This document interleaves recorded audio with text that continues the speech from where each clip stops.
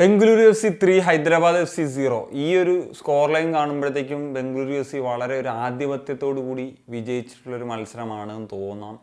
പക്ഷേ എനിക്ക് അങ്ങനെ ഈ ഒരു മത്സരത്തെ വിശേഷിപ്പിക്കാൻ കഴിയില്ല. ഹൈദരാബാദ് എഫ് സി അത്യാവശ്യം നല്ല വൃത്തിക്ക് തന്നെ കളിച്ച, എസ്പെഷ്യലി ഫസ്റ്റ് ഹാഫിൽ കളിച്ചിട്ടുള്ള ഒരു മത്സരം തന്നെയാണ്.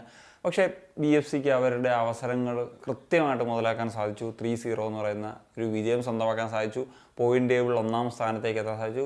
വലിയ അത്ഭുതങ്ങൾ സംഭവിച്ചില്ലെങ്കിൽ ഈ ആഴ്ച കഴിയുമ്പോഴും ബി എഫ് സിക്ക് ഈ ഒരു 1-ാം സ്ഥാനത്ത് നിൽക്കാൻ സാധിക്കും. കാരണം ജി ഡി കാര്യങ്ങളൊക്കെ പരിഗണിക്കുന്ന ഒരു സാഹചര്യം വരുമ്പോൾ, എന്താണെങ്കിലും ഈ ഒരു മത്സരത്തിലേക്ക് വരുമ്പോൾ ഹൈദരാബാദ് എഫ് സി നമുക്കറിയാമല്ലോ, അവർ ISL കളിക്കുമോ എന്നുള്ള സംശയങ്ങളായിരുന്നു ആഴ്ചകൾക്ക് മുമ്പ് വരെ. ആ സാഹചര്യത്തിൽ നിന്ന് അവർ പല പ്രതിസന്ധികളും താണ്ടി ഉള്ള പ്ലേയേഴ്സിനെയൊക്കെ വെച്ച് ട്രെയിൻ ചെയ്ത് വന്നിട്ട് അവരൊരു നല്ല ബ്യൂട്ടിഫുൾ ഫുട്ബോൾ തന്നെയാണ് കാഴ്ചവെച്ചത്. ഒരു ഫ്രീ ഫ്ലോയിങ് ഫുട്ബോൾ തന്നെ അവർക്ക് എസ്പെഷ്യലി ഫസ്റ്റ് ഹാഫിൽ കാഴ്ചവെക്കാൻ സാധിച്ചു എന്നുള്ളതാണ്. അതിൽ ഇപ്പം ആദ്യ മിനിറ്റ്സിൽ തന്നെ ബി എഫ് സിക്ക് ഒരു ഗോൾ സ്കോർ ചെയ്യാൻ സാധിച്ചു എന്നുള്ളതാണ്. അതൊരു സെറ്റ് പീസ് സിറ്റുവേഷനിലാണ്, അതായത് ഒരു കോർണർ സിറ്റുവേഷൻ.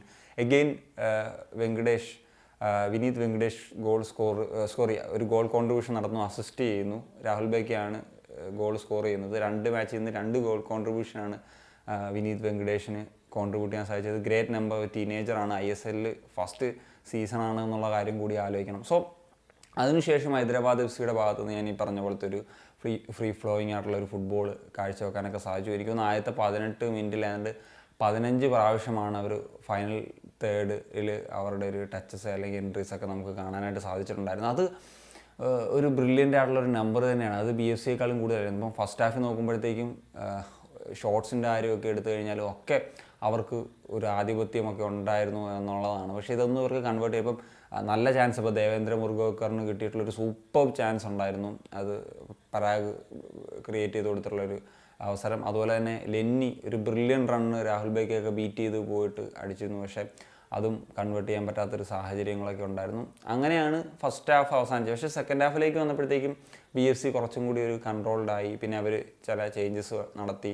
ചേത്രി ഒരു ടീമിലേക്ക് വന്നു. പിന്നെ അവരുടെ ഭാഗത്തു നിന്ന് നല്ല അറ്റാക്സ് വന്നു. എനിക്ക് തോന്നുന്നു ഫസ്റ്റ് ഹാഫിലാണ് ഹൈദരാബാദ് എഫ് സി കുറച്ചും കൂടി നന്നായിട്ട് കളിച്ചത്. പിന്നെ അവർ കൺസീഡ് ചെയ്തിട്ടുള്ള 2 ഗോളുകൾ, ഇപ്പോൾ ഹൈദരാബാദ് എഫ് സി സെക്കൻഡ് ഹാഫിൽ കൺസീഡ് ചെയ്തിട്ടുള്ള 2 ഗോളുകളും വേണം ഒഴിവാക്കാൻ പറ്റുന്ന സാഹചര്യമായിരുന്നു. കാരണം ഒന്നാമത്തെ ഒരു ഗോൾ എന്ന് വെച്ച് കഴിഞ്ഞാൽ ആ ഒരു പെനാൽറ്റിയാണ്. ആ പെനാൽറ്റി ആക്ച്വലി അത് അത്ര ഒരു ഡേഞ്ചർ സാഹചര്യത്തിലൊന്നും അല്ല ഒരു ഇത് ചെയ്തത്. പിന്നെ ചേത്രിക്ക് ആ പെനാൽറ്റി വന്നു, 1-ാം തരമായിട്ട് ഫിനിഷ് ചെയ്തു. അതുപോലെ ചേത്രി അടിച്ചിട്ടുള്ള 2ാമത്തെ ഗോൾ, അതായത് ബി എഫ് സിയുടെ 3ാമത്തെ ഗോൾ, അത് ഒരു അൺനെസസറി മിസ്പാസിൽ നിന്ന് തുടങ്ങിയിട്ടുള്ളൊരു അറ്റാക്കാണ്. പക്ഷേ ബ്രില്യൻ്റ് ആയിട്ടുള്ളൊരു ഫിനിഷിംഗ് ആണ് കേട്ടോ ചേത്രി നടത്തിയത്. അത് ആ ഒരു ആംഗിളിൽ നിന്നൊരു സൂപ്പർ ഹെഡറായിട്ടുള്ള ഒരു ഗോളാണ് നേടിയത്. അങ്ങനെ 2 ഗോളുകൾ സുനിൽ ചേത്രിക്ക് ഈ മത്സരത്തിൽ സ്കോർ ചെയ്യാൻ സാധിച്ചു. ISL തന്നെ ഓൾ ടൈം ടോപ്പ് സ്കോർ 63 ഗോളുകൾ ഒപ്പം എത്താൻ സാധിച്ചു എന്നുള്ളതാണ്. So that's it. അപ്പോൾ എന്താണെങ്കിലും ഹൈദരാബാദ് എഫ് സി ഇനിയും പ്ലേയേഴ്സ്, ഇപ്പം വിദേശ താരങ്ങൾ ആകപ്പാടുന്ന സൈഗോഡായിട്ട് സെക്കൻഡ് ഹാഫിൽ കളിച്ചത് മാത്രമാണ്. ബാക്കി അവരുടെ ഇന്ത്യൻ പ്ലേയേഴ്സാണ് കളിച്ചിട്ടുള്ളത്.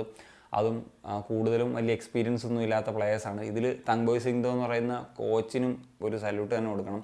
കാരണം ഇദ്ദേഹം ഈ ഒരു ടീമിനെ ഇങ്ങനെ ബിൽഡ് ചെയ്തുകൊണ്ട് വന്നില്ല. പിന്നെ നമ്മൾ പണ്ട് അദ്ദേഹം KBSൽ അസിസ്റ്റൻ്റായിട്ടൊക്കെ വർക്ക് ചെയ്യുമ്പോഴത്തേക്കും നോർത്ത് ഈസ്റ്റിൽ നിന്ന് പ്ലേയേഴ്സിനെ കൊണ്ടുവരുന്നത് അങ്ങനെയൊക്കെയുള്ള പരാതികളും ഒക്കെ ഉണ്ടായിരുന്നു. പക്ഷേ ഇന്നത്തെ ഈ ഒരു ടീമിൽ നോക്കിക്കഴിഞ്ഞാൽ 4-5 മലയാളീസ് മാത്രം ഈ ഒരു ഹൈദരാബാദിന് വേണ്ടി ഈ കഴിഞ്ഞ മാച്ചിൽ അബ്ദുൾ റബിയും സെൻട്രൽ ബാക്കിൽ 2 താരങ്ങളും മലയാളീസ് ആയിരുന്നു. അതുപോലെ അഭിജിത്ത് കളിച്ചു, അതുപോലെ സൗരഭ്, അങ്ങനെ മലയാളി പ്ലേയേഴ്സിൻ്റെയൊക്കെ സാന്നിധ്യം നമുക്ക് കാണാൻ സാധിക്കുന്നുണ്ടായിരുന്നു എന്നുള്ളതാണ്. പറഞ്ഞാൽ ഹൈദരാബാദ് മെച്ചപ്പെടാനുള്ള എല്ലാ സാഹചര്യങ്ങളും ഉണ്ട്. ആ ലെവലിലെ ഒരു ഗെയിം, ആ ഒരു ആറ്റിറ്റ്യൂഡൊക്കെയാണ് ടീമിൻ്റെ ഭാഗത്ത് നിന്ന് നമുക്ക് കാണാൻ സാധിക്കുന്നത് എന്നുള്ളതാണ്. So that's it. അപ്പോൾ എന്താണ് നിങ്ങളുടെ ഒപ്പീനിയൻ? തീർച്ചയായിട്ടും കമ്പോസ് ചെയ്യാൻ സനിയ.